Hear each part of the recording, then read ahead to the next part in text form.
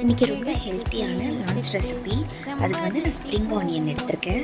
அதோட green part, white part, அது கூட தக்காளியும் நான் கட் பண்ணி சேர்த்துருக்கேன். ஒரு கடாய் எடுத்துக்கோங்க. அதில் கொஞ்சம் எண்ணெய் விட்டு கொஞ்சம் சீரகம் சேர்த்துக்கோங்க.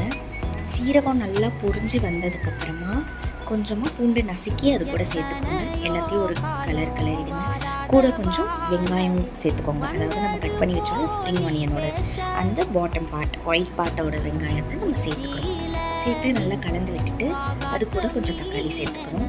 தக்காளி சேர்த்து இதெல்லாம் ஒரு 1 மினிட் நல்லா குக் ஆகி வரட்டும். அது கூட வந்துட்டு ஸ்ப்ரிங் ஆனியனோட க்ரீன் பார்ட் அதையும் நான் வந்து ஆட் பண்ணிக்கிறேன். ஆட் பண்ணிவிட்டு அதையெல்லாம் நல்லா கலந்து கொடுங்க. நல்லா குக் ஆகி வரணும் இப்போ 1 மினிட்க்கு.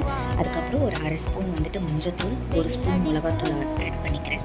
அதையும் நல்லா கலந்து விட்டுக்கிறேன். அது கூட கொஞ்சமாக தண்ணி சேர்த்து நல்லா கலந்து கொடுங்க. இதெல்லாம் ஒரு 2 மினிட்ஸ் நல்லா கொதித்து வரட்டும். இப்போது இது கூட நான் 3 முட்டை உடைச்சி வச்சுருக்கேன். அதையும் அதோடு சேர்த்து நல்லா கலந்து விடுங்க. இந்த மாதிரி நல்லா கலந்து விடணும். இப்போது இந்த கன்சிஸ்டன்சிக்கு வந்துடும். இது வர வரையும் நல்லா கலந்து கொடுங்க. அது கூட நான் கொஞ்சமாக உப்பு சேர்த்துக்கிறேன். உப்பு சேர்த்து நல்லா கலந்து கொடுத்துருங்க. ஒரு 2 மினிட்ஸ் நல்லா குக் ஆனதும் நம்ம வந்துட்டு சர்வ் பண்ணிடலாம். அவ்வளோதான், ரொம்ப ஹெல்த்தியான ஸ்ப்ரிங் ஆனியன் எக் பூஜி ரெடி ஆயிடுச்சு.